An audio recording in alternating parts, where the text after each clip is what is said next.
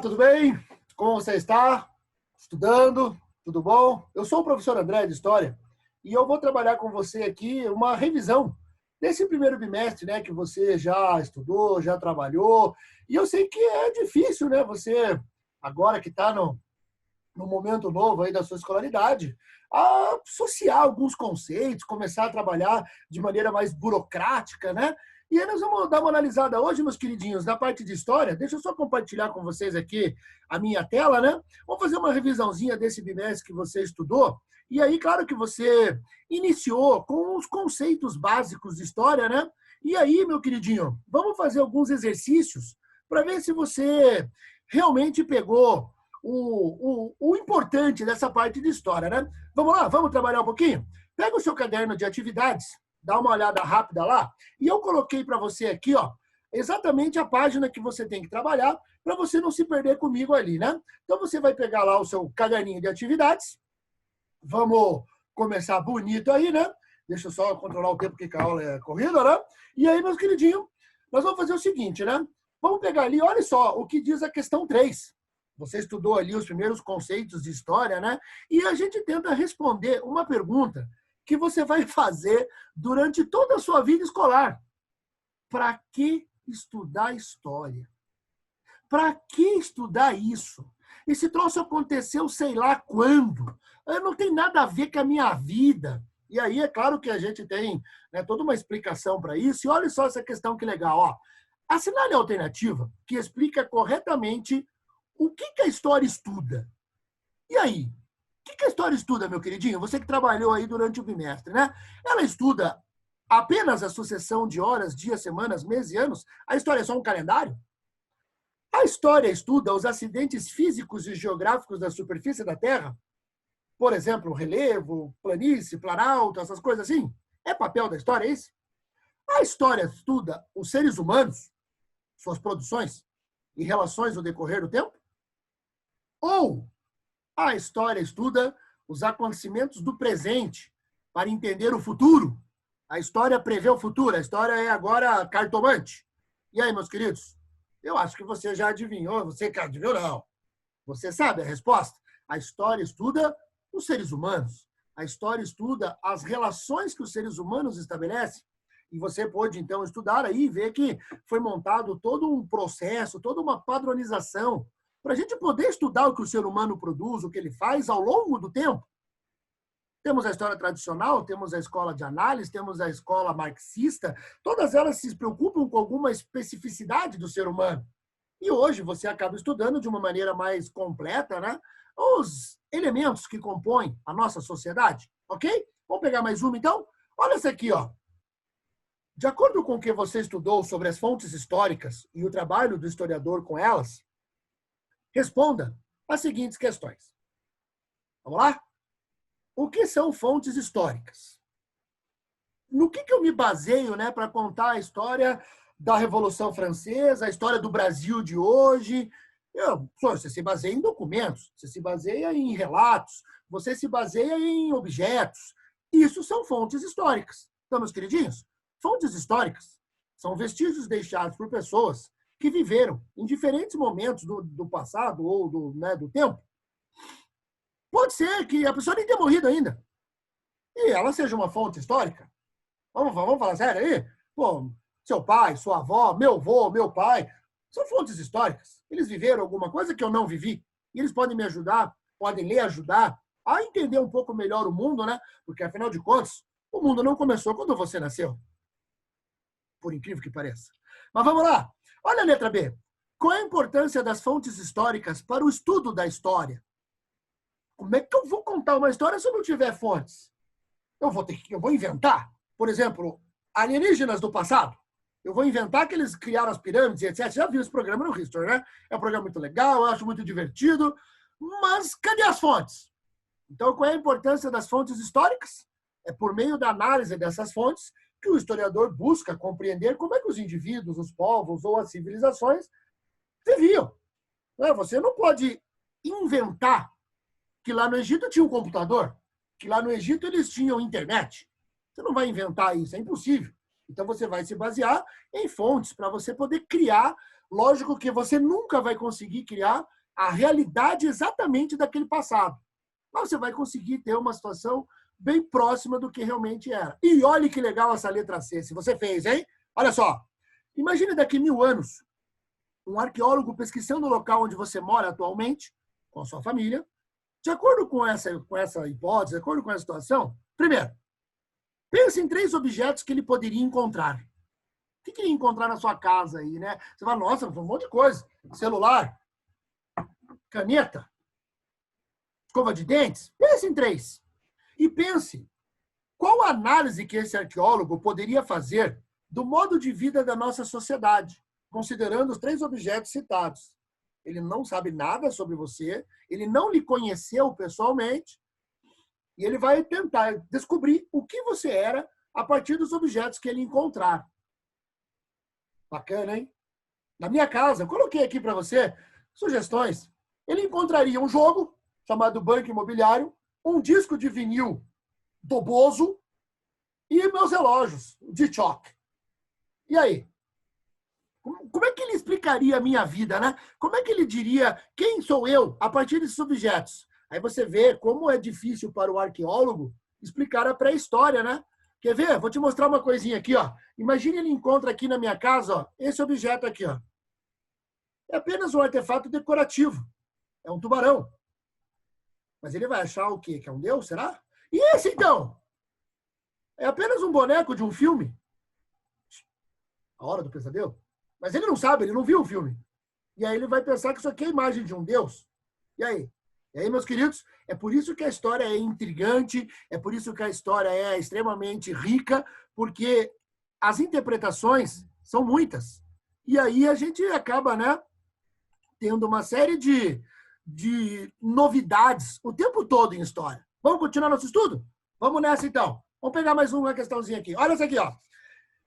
Identifique os séculos, tanto em algarismo arábico quanto em romano, se bem que atualmente, pessoal, algarismos romanos, poucos livros utilizam, mas faz parte do estudo de história, né? Então você tem uma lista ali de alguns eventos e você vai transformar isso nos algarismos. Então vamos lá, né? Então, em séculos. Chegada dos portugueses ao Brasil, 1500, se coloca ali 15, né? Século 15. Só mas não é século 16, quando vai botar em algarismo romano, se fosse 1501, né? Olha lá, por exemplo, 1888, ó. O século, a contagem começa a partir do 1 e não do 0. As pessoas fizeram uma baita confusão no ano 2000, porque todo mundo comemorou a virada do milênio. Todo mundo comemorou errado, meu queridinho. Foi em 2001 a virada do milênio. Mas faz parte, né? Então, se você preencheu legal essa tarefa, você entendeu essa lógica, né? De como contamos o tempo. Vamos pegar mais um exercício aí? Vamos em frente? Vamos lá, então? Já na unidade 2, você começou a estudar como que a humanidade foi se constituindo, como que ela foi evoluindo. Claro, a gente sempre parte da ideia da teoria evolucionista. Não entrando em nenhum quesito religioso, não entrando em nenhuma crença, né? Porque isso é indiscutível. Partimos da teoria evolucionista. E aí, segundo a teoria evolucionista, o homem, a partir da África, foi se organizando, foi se relacionando com a natureza. E aí a história, tem uma dificuldade enorme para estudar isso, pessoal. E aí ela acabou dividindo, né, tudo que vem antes da escrita em pré-história. Só que vamos imaginar assim, né? Segundo a teoria evolucionista, o homem vem evoluindo há milhões de anos. 4 ou 5. E a escrita surgiu há apenas 6.000. Então você vai chamar milhões de anos de pré-história, professor? Exato. Divididos em período paleolítico e período neolítico. Ali estão algumas características de cada período. Vamos ver se você acerta. Coloque A ou B. Os grupos humanos se tornaram sedentários. Se fixaram. Neolítico ou paleolítico? Putz, não lembro, professor. Vamos ver junto, então? Olha lá. No período neolítico aconteceu a grande revolução da agricultura. Aconteceu, o homem começou a se relacionar melhor com a natureza. As mulheres, inclusive, descobriram que podiam cultivar as plantas, que podiam melhorar o cultivo das plantas. Assim começou o cultivo, por exemplo, de cereais, arroz. Assim começou, por exemplo, o trigo, milho na América. E aí você tem o homem se fixando mais ou menos, né, 10 mil, 12 mil anos atrás. Descoberta do fogo. Domesticação, entre aspas, né? Porque ninguém tem o fogo como animal doméstico, né? Como um objeto doméstico. Mas olha, pessoal, o fogo é muito antigo. E não sabemos até hoje se o homem realmente desenvolveu, ficou raspando palito lá, ou se foi um acaso da natureza, um raio, alguma coisa que. Um fenômeno físico. E o homem acabou pegando aquele fogo para ele ali e começou a perceber que era importante para espantar, por exemplo, os animais à noite, para cozinhar a sua comida. O período conhecido como pedra lascada, em que o homem apenas pegava e fazia uma ponta, batendo uma pedra na outra, é muito primitivo, né? É o paleolítico, é o período mais antigo. Grupos humanos eram nômades e se deslocavam em busca de alimentos. Pessoal, período paleolítico, nomadismo. Período neolítico, sedentarismo. É assim que surgem as primeiras vilas, as primeiras tribos, correto? Grupos humanos passaram a ocupar as margens dos rios. Opa! Rio, água, agricultura, neolítico. Grupos humanos começaram a produzir objetos de cerâmica. Aí você começa a ver que o homem vai desenvolvendo sua habilidade conforme ele precisa. Quando ele era apenas nômade, não tinha o que carregar. Agora que ele é sedentário, ele tem que guardar produtos. Ele tem que guardar, por exemplo, as sementes ou o produto que ele vai consumir, o cereal, arroz, etc. Então ele começa a fabricar objetos. Primeiro a cerâmica, daqui a pouco a gente vai entrar na idade dos metais, né? A gente vai chegar no bronze, no cobre, no ferro e assim por diante. Pois bem, vamos mais uma então, amiguinho? Vamos lá? Olha só que bacana, né? Esse momento, assim, da história da humanidade, onde começam a surgir essas primeiras comunidades, né? Essas primeiras vilas. E aí, pessoal, a partir desses seus estudos, a partir desses exercícios, vamos ver como é que a gente visualiza, né? Esse momento em que o ser humano está se tornando civilizado, entre aspas. Olha só, você estudou os mitos de criação. Toda religião, todo povo tem um mito de criação. A respeito disso, marque verdadeiro ou falso. Os mitos de criação são histórias criadas por diferentes povos para explicar o surgimento do mundo. Naquela época, hebreus, fenícios, sumérios e assim por diante, eles não têm a ciência tão apurada, eles não têm, né, condições de criar uma percepção de mundo pela física, pela química, né, pela biologia. Então, eles vão criar histórias, eles vão criar elementos, entidades, né, que vão fazer parte da mitologia de cada povo, grego, nórdico, asteca, maia, chinês, né? Vamos lá? Os mitos de criação explicam cientificamente, os mitos de criação explicam cientificamente a vida na Terra. Não, né, pessoal? Ciência é uma coisa, mitologia é outra, né? Muitos mitos de criação têm elementos comuns entre si, como os fenômenos da natureza. É óbvio que lá no passado muito remoto, imagine, né? Você que já foi para algum lugar onde à noite, né? Geralmente isso acontece muito na praia ou em acampamentos, sem luz elétrica, o céu não fica maravilhoso.